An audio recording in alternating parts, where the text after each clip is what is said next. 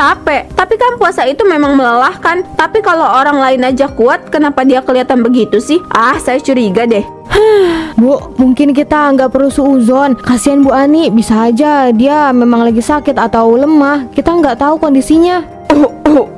Tuh lihat batuk-batuk, pasti habis makan sembunyi-sembunyi deh. Kalau puasa beneran nggak bakal selemah itu. Bu Rohayah, kita kan di sini untuk belajar lebih sabar dan ikhlas, bukan untuk menghakimi orang lain. Allah yang tahu apa yang ada di hati tiap-tiap orang.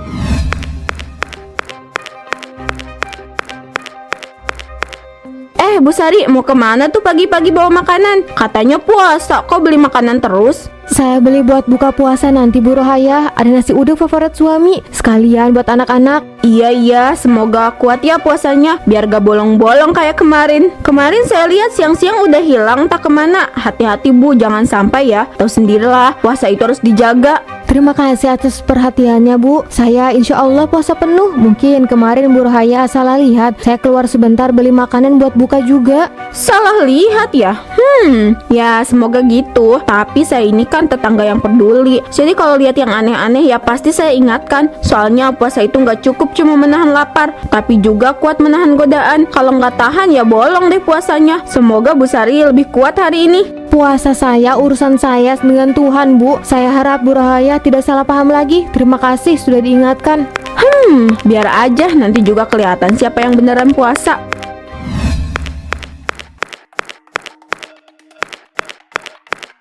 Bu, kamu tuh ya jangan suka ngurusin puasa orang lain. Udah sering aku bilangin, urus aja puasamu sendiri.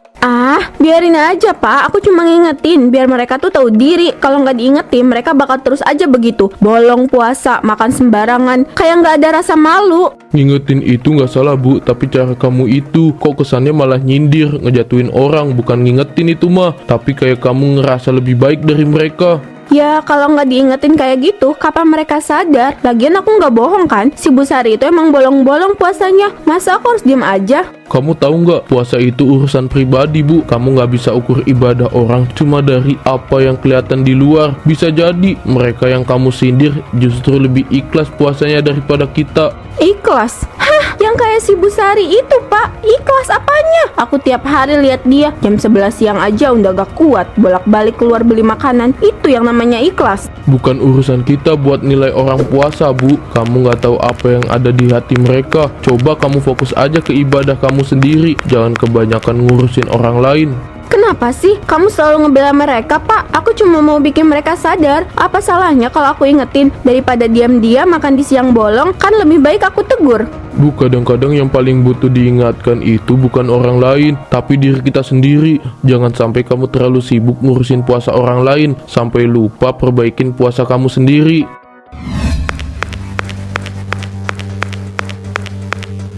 Bu Rini, denger-denger nih, si Bu Sari itu yang ngaku-ngaku puasa ya. Tapi tadi pagi beli nasi uduk. Gimana tuh? Kayaknya nggak kuat dia. Terus si Bu Tini juga kemarin saya lihat dia beli nasi kuning siang hari.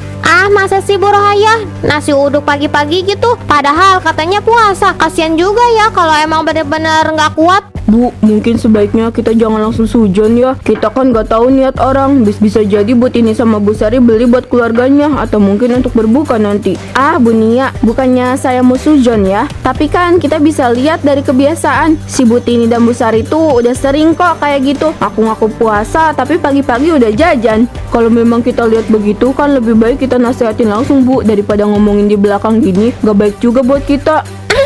Iya Bu Nia, bener. Mungkin nanti bisa kita tegur baik-baik. Tapi ya kadang ada juga orang yang memang susah dinasehati ya Bu. Iya Bu Rini, kalau udah biasa begitu dikasih tahu juga kadang ya nggak ngepek. Ya biarin aja, yang penting kita udah tahu aja siapa yang benar-benar puasa sama yang cuma pura-pura. Yo, semoga kita semua diingatkan Bu, kalau puasa itu bukan cuma soal gak makan, tapi juga menjaga hati dan mulut dari prasangka. Kalian lihat gak? Si Bu Ani tuh kelihatannya lesu banget ya. Jangan-jangan dia cuma pura-pura biar gak ketahuan kalau dia gak puasa dan suka makan sembunyi-sembunyi. Bu Rohayah, gak baik ngomong kayak gitu. Mungkin dia cuma lagi capek aja. Bisa jadi juga dia gak enak badan. Capek? Tapi kan puasa itu memang melelahkan. Tapi kalau orang lain aja kuat, kenapa dia kelihatan begitu sih? Saya curiga deh. Bu, mungkin kita nggak perlu suuzon. Kasihan Bu Ani, bisa aja dia memang lagi sakit atau lemah. Kita nggak tahu kondisinya. Tuh lihat batuk-batuk, pasti habis makan sembunyi-sembunyi deh. Kalau puasa beneran gak bakal selemah itu. Bu Rohayah, kita kan di sini untuk belajar lebih sabar dan ikhlas, bukan untuk menghakimi orang lain. Allah yang tahu apa yang ada di hati tiap-tiap orang. Bu Ani, malam-malam begini kok banyak banget belanjaannya. Beli buat apa tuh? Gak takut mau bajir? Lagi puasa kan? Iya Bu, ini buat persiapan buka puasa nanti. Anak-anak tuh kalau buka selalu minta banyak, jadi ya saya beli sekalian biar gak repot tiap hari. Iya deh kalau buat anak-anak. Tapi ya Bu Ani, semoga aja puasa gak bolong-bolong ya. Jangan sampai banyak makanan tapi puasanya bolong, mubazir nanti. Insya Allah Bu Rohayah, saya dan anak-anak berusaha puasa penuh. Tapi kadang namanya anak-anak, kita gak bisa paksa kalau mereka gak kuat. Yang penting saya tetap ajarin mereka niatnya dulu. Ya tapi kan Bu Ani, puasa itu gak cuma soal niat kuat atau enggak. Puasa di bulan Ramadan itu sebuah kewajiban yang harus dijalankan. Kalau dari kecil udah dibiasakan gampang bolong, nanti pas besar malah jadi kebiasaan. Saya ngerti maksud ibu, dan saya juga gak mau anak-anak tumbuh tanpa disiplin. Tapi puasa itu kan proses belajar Bu. Saya lebih suka mereka mengerti maknanya dulu, baru nanti terbiasa. Ya yang penting semuanya berusaha semampunya. Anak-anak juga punya batas sendiri. Kalau nanti udah dewasa pasti mereka lebih kuat puasanya. Terima kasih Pak Darto. Ya udah saya pulang dulu ya. Selamat malam Bu Rohayah. Belajar puasa katanya. Tapi kalau gitu caranya, kapan anak-anak bakal disiplin? Bu, jujur saya capek. Tiap hari saya selalu disindir terus sama Bu Rohayah. Soal puasa, soal yang saya makan, soal anak-anak. Kayak semua yang saya lakuin itu salah di mata dia. Sabar aja Bu, orang seperti Bu Rohayah itu cuma bisa ngomong aja. Mereka nggak tahu perjuangan kita. Yang penting kita fokus aja puasa dengan baik, gak usah dengerin orang. Tapi kan Bu, rasanya susah banget. Apalagi kalau ketemu dia. Setiap kali saya lewat depan rumahnya, pasti ada aja yang dikomentarin. Mulai dari makanan yang saya bawa, sampai soal anak-anak. Dia bilang puasa saya pasti bolong lah. Puasa saya nggak salah, saya jadi serba salah. Jangan dipikirin terlalu berat. Orang yang suka nyindir itu biasanya cemburu atau iri Bu. Mungkin dia lihat kamu bahagia, makanya dia begitu. Bahagia? Saya aja nggak tahu kapan terakhir kali merasa bahagia Bu. Setiap hari cuma mikirin gimana buat hadapin semua ini. Dan sekarang Bu Rohayah bikin hidup saya tambah berat. Saya nggak ngerti Bu, apa salah saya sama dia? Kamu nggak salah apa-apa Bu Sari. Yang salah itu Bu Rohayah. Dia mungkin nggak sadar kalau kata-katanya bikin orang lain terluka. Tapi kamu jangan sampai kebawa emosi. Ingat puasanya masih panjang. Nggak usah peduliin omongan orang-orang yang nggak penting. Iya, kamu bener Bu. Kadang saya terlalu mikirin apa yang orang lain bilang. Padahal yang penting puasa saya sama anak-anak. Terima kasih Bu Tini, kamu selalu ngertiin saya. Nah gitu dong, mending kita lanjut bikin lempernya buat buka puasa. Kok mulutku rasanya kering banget ya? Aku batalin aja lah puasaku, rasanya gak enak banget. Aduh, kenapa ini kok kayak ada pasir di mulutku? Apa-apaan ini? Kok mulutku malah makin penuh pasir? Aduh, apa aku salah makan ya? Ah, mungkin ini cuma perasaanku aja. Tolong, kenapa ini? Astagfirullah, apa aku kena azab? Pak, tolongin aku, Pak.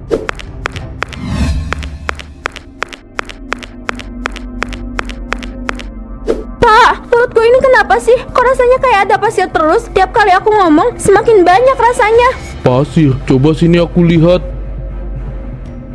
Mulutmu nggak ada apa-apa Bu, bersih kok, nggak ada pasir. Mungkin cuma perasaan kamu aja. Tapi aku ngerasain Pak, setiap kali aku ngomong, mulutku ini kayak ada pasirnya. Aku minum air, terus keluar banyak pasir dari mulutku. Tenang, mungkin kamu kecapean atau stres. Udah, nanti kita coba ke dokter kalau masih ngerasa kayak gitu. Stres apa Pak? Aku cuma sibuk biasa, nggak ada yang bikin aku stres. Tapi ini mulutku aneh banget, rasanya kayak dihukum. Cup, udah nggak usah mikir yang aneh-aneh. Kamu pasti cuma kelelahan. Banyakin istirahat aja, nanti juga sembuh kok.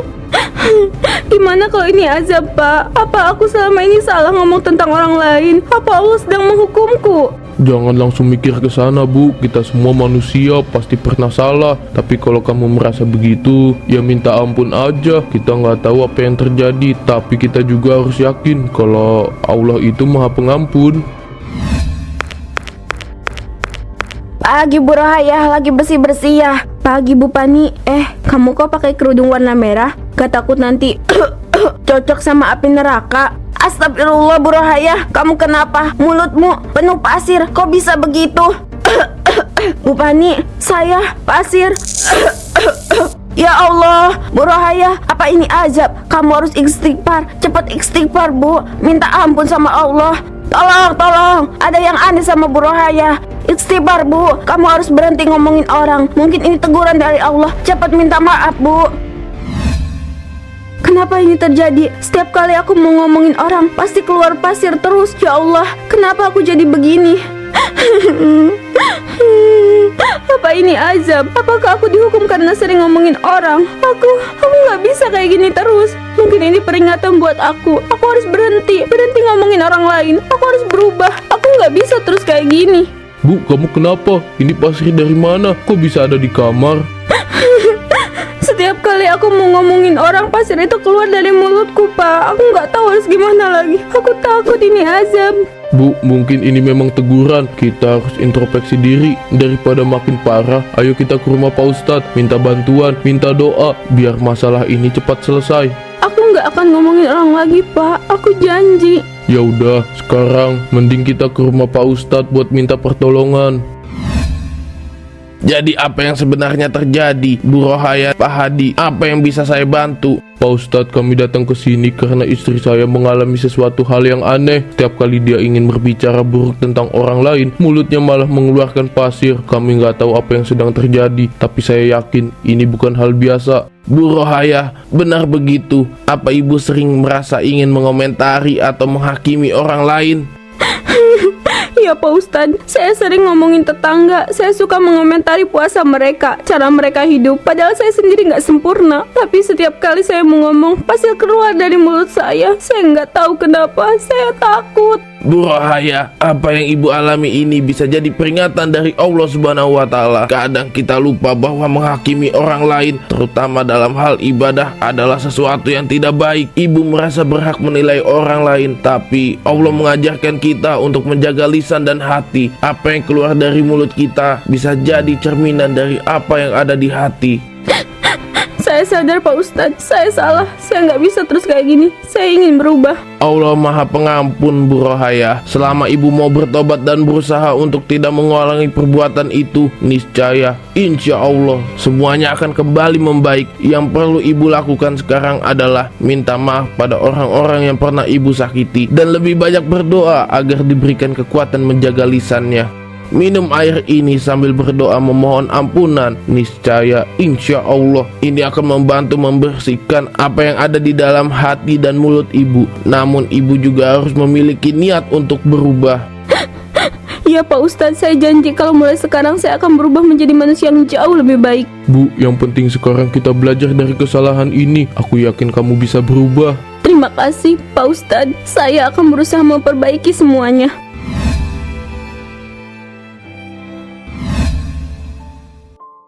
Bu Tini, kamu perhatiin gak? Bu Rohaya sekarang udah gak suka sindir-sindir lagi ya. Kayak ada perubahan besar di dirinya. Saya jadi ikut seneng liatnya.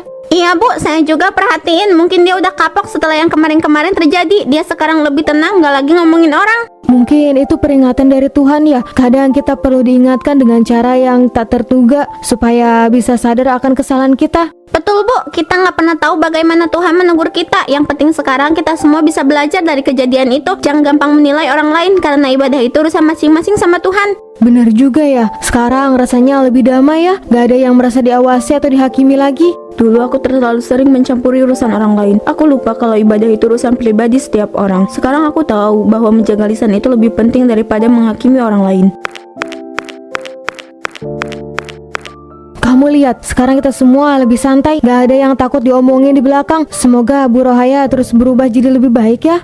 Amin Bu, semoga perubahan ini bisa jadi pelajaran buat kita semua. Menjaga lisan itu nggak mudah, tapi penting banget. Bu Sari, Bu Tini, Ada Bu Rohaya, ada apa Bu? ini takjil buat kalian. Saya bawain buat berbuka nanti. Terima kasih Bu Rohaya, ini buat kami. Iya, tapi sebenarnya saya kesini bukan cuma mau kasih takjil. Saya juga ingin meminta maaf sama kalian. Saya sadar kalau selama ini saya banyak salah. Saya sering ngomongin kalian, suka mencampuri urusan orang lain, bahkan suka mengejek puasa kalian. Saya tahu ini gak baik dan saya benar-benar menyesal. Bu Rohaya, nggak apa-apa, kami ngerti kok. Semua orang bisa salah. Iya Bu, yang penting sekarang kita semua saling memaafkan dan kita bisa sama-sama introspeksi. Terima kasih Bu Sari, Bu Tini. Saya benar-benar bersyukur kalian mau memaafkan saya. Saya janji saya akan berusaha berubah. Saya nggak mau lagi ngomongin orang lain atau mencampuri urusan yang bukan urusan saya. Kita semua belajar dari kesalahan, Bu. Yang penting sekarang kita semua sama-sama lebih baik. Iya Bu Rohaya, nggak usah dipikirin lagi. Sekarang kita fokus puasa dan saling mendukung aja, biar suasana di lingkungan kita jadi lebih adem. Nggak ada sindir-sindiran lagi. Alhamdulillah, aku akhirnya bisa memperbaiki diri. Ini semua peringatan yang sangat berharga. Bu Rohaya akhirnya menyadari kesalahannya setelah mengalami ajab berupa pasir yang keluar dari mulutnya setiap kali ia ingin berkomentar buruk. Lingkungannya kini lebih damai, tidak lagi dipenuhi sindiran atau cemoohan. Kehidupan di komplek tersebut menjadi lebih harmonis, sementara Bu Rohaya menjalani hidupnya dengan lebih rendah hati dan penuh introspeksi diri.